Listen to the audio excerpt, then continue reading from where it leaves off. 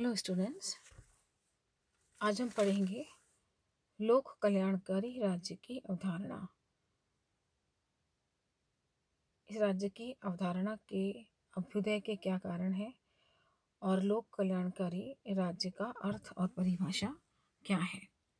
इसके पहले हमने अहस्तक्षेपवादी राज्य की अवधारणा को पढ़ा था, उसके विभिन्न तर्क पढ़े थे, उस अवधारणा की हमने आलोचना पढ़ी थी। इसके अगली जो कड़ी में हम पढ़ेंगे वो है लोक कल्याणकारी राज्य की अवधारणा।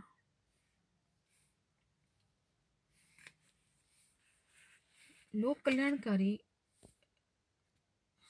राज्य की जो अवधारणा है, यह सिद्धांत राज्य के कार्यक्षेत्र का एक आधुनिक सिद्धांत है।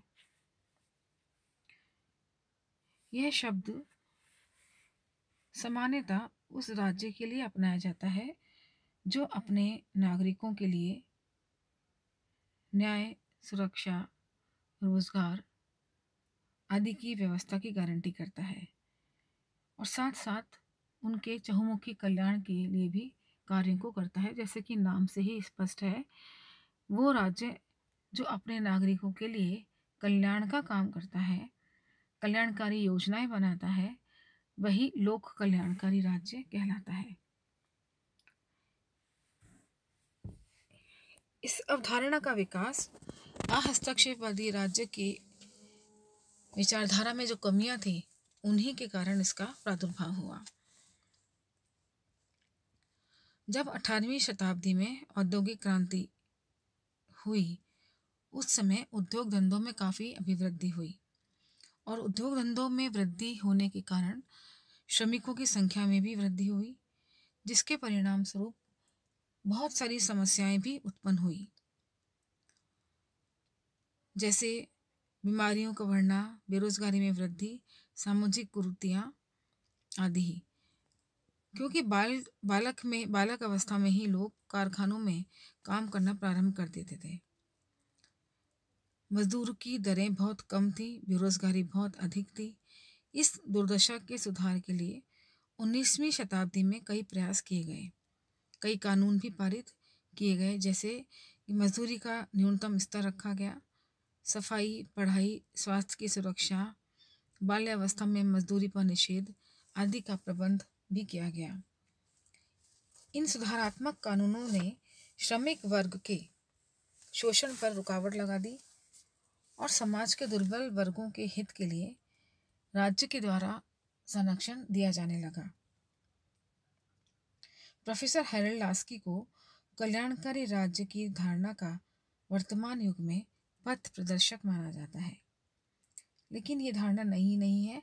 अरस्तु के समय पर भी ये धारणा प्रचलन में थी।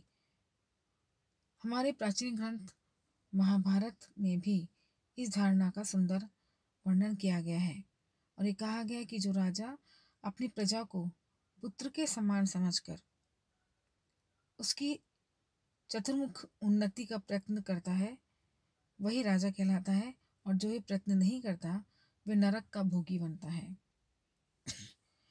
बेंथम और जेएस मिल ने भी उपयोगितावादी चिंतन में कल्याणकारी राज्य के मंतव्य को निहित बताया।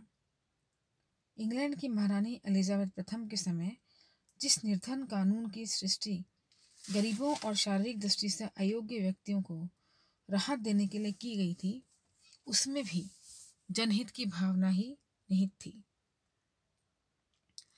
नेपोलियन तृतीय ने भी अपने शासनकाल में श्रमिकों की वेतन वृद्धि, बीमारों को राजकीय सहायता प्रदान करने की कल्याणकारी राज्य की पृष्ठभूमि को तैयार किया था।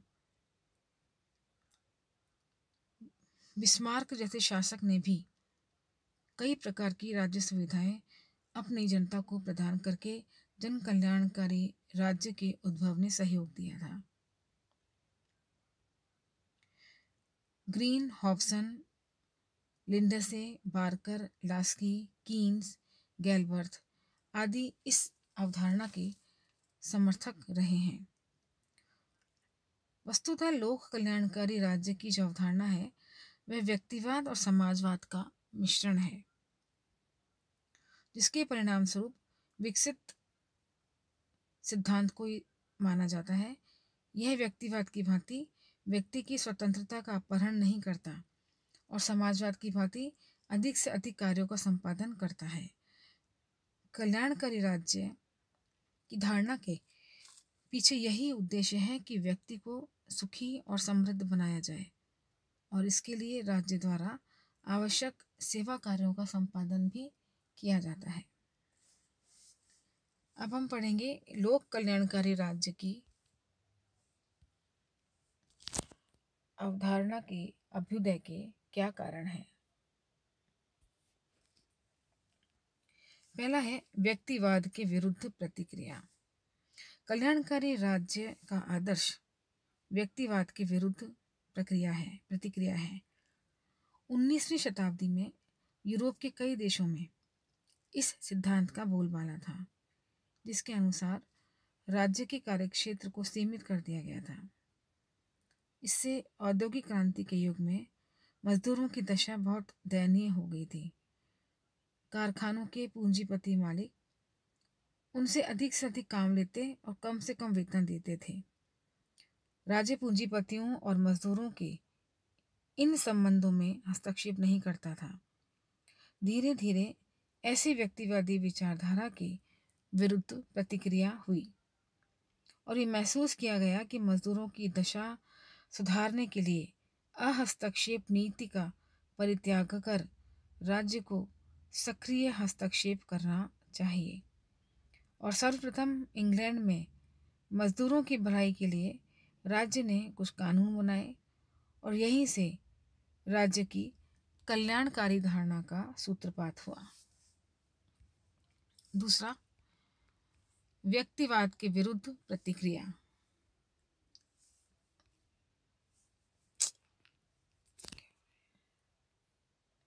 मार्क्सवादी साम्यवाद का भय।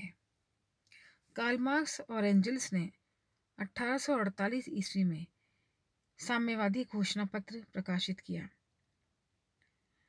1917 में लेनिन के नेतृत्व में सोवियत रूस में साम्यवादी क्रांति हुई और मार्क्स की इस विचारधारा को ठोस आधार प्राप्त हुआ। साम्यवादी विचारधारा से पूंजीवादी देश घबरा गए और ये महसूस करने लगे कि यदि पाश्चात्य पूंजीवादी लोकतांत्रिक व्यवस्था में परिवर्तन नहीं किया गया तो साम्यवाद के बढ़ते हुए प्रभाव को रोकना असंभव होगा। इसीलिए पूंजीवादी लोकतांत्रिक देशों में कल्याणकारी राज्य के सिद्धांत का तेजी से प्रचार हुआ। लोकतांत्रिक समाजवाद की धारणा का चलन। मार्क्सवादी साम्यवाद हिंसा और क्रांति के उपायों के सहारे समाज की व्यवस्था को बदलना चाहता था। इसके विरुद्ध विकासशील और लोकतांत्रिक समाजवाद की धारणा का उदय हुआ। इस विचारधारा के समर्थक राज्य को एक लोक कल्याणकारी संस्था मानते हैं। ये राज्य की सहायता से समाजवाद की स्थापना करना चाहते हैं।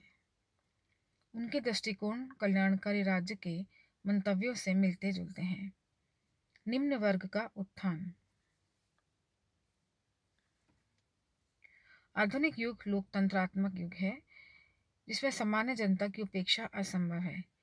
इसके लिए राज्य को अपने कार्यक्षेत्र का विस्तार करना पड़ा था और जन कल्याणकारी योजनाओं का निर्माण करना पड़ा। अब हम करेंगे लोक कल्याणकारी राज्य का अर्थ एवं परिभाषा। डॉक्टर अब्राहम के अनुसार लोक कल्याणकारी राज्य वो समुदाय है जो अपनी आर्थिक व्यवस्था का संचालन आय के अधिक से अधिक समान वितरण के उद्देश्य से करता है।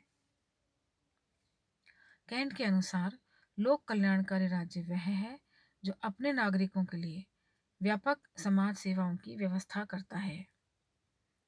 पंडित नेहरू के अनुसार सबके लिए समान अवसर प्रदान करना, अमीरों और गरीबों के बीच का अंतर मिटाना और जीवन स्तर को ऊपर उठाना लोक कल्याणकारी राज्य के बुनियादी तत्व हैं। GTH कॉल के अनुसार लोक कल्याणकारी राज्य एक ऐसा समाज है जिसमें जीवन का न्यूनतम स्तर प्राप्त करने का विश्वास तथा अवसर प्रत्येक नागरिक के अधिकार में होता है। ऑर्थर के अनुसार लोक कल्याणकारी राज्य व व्यवस्था है जिसके अंतर्गत सरकार अपनी समस्त नागरिकों के लिए रोजगार, आय, शिक्षा, चिकित्सा, सहायता, सामाजिक सुरक्षा और आवास के कुछ स्तर स्थापित करने के लिए हमेशा तैयार रहती है। कल अब हम पढ़ेंगे लोक कल्याणकारी राज्य के क्या लक्षण हैं।